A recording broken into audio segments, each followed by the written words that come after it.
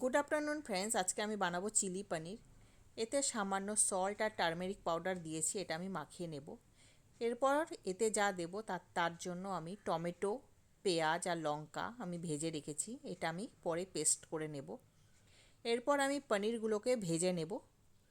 পনিরগুলো ভাজা হয়ে গেলে সেই তেলের মধ্যে দিয়ে দেবো আমি একটু সম্বরা। এতে আমি জিরা আর শুকনো লঙ্কা সম্বরা দেবো। এরপর এদিকে আমি পেঁয়াজ একটু ক্যাপসিকাম কুচি করে রেখেছি। এই পনিরের সবজিতে আমি পেঁয়াজ আর ক্যাপসিকাম অ্যাড করব। এই তেলের মধ্যে পেঁয়াজ ক্যাপসিকামটাকে আমি দিয়ে একটু ভেজে নেব।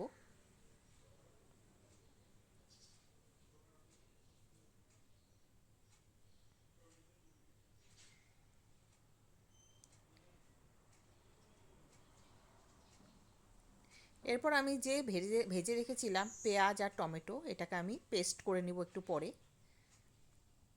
আর সেই ক্যাপসিকাম আর পেঁয়াজের মধ্যে আমি একটু সল্ট, একটু টারমেরিক পাউডার দিব। এবার আমি এটাকে পেস্ট করে নিয়েছি। আমার এটা ভাজা হয়ে গেলে আমি সেই পেস্ট করা মশলাটা আমি দিয়ে দেব। এবার এটাকে একটুখানি আমি কষিয়ে নেব।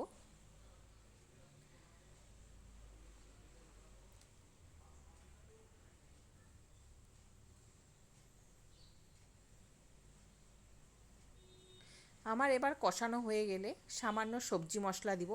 আমি এখানে ক্যাচের সবজি মশলা দিয়েছি। এবার এটাকে আমি একটুখানি কষিয়ে নেব।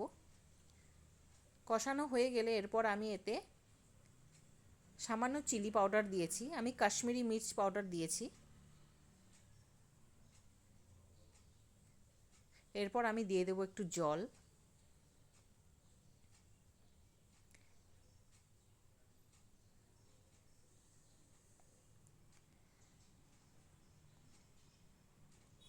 এরপর আমি পনিরগুলোকে এর মধ্যে এক এক করে দিয়ে দেব।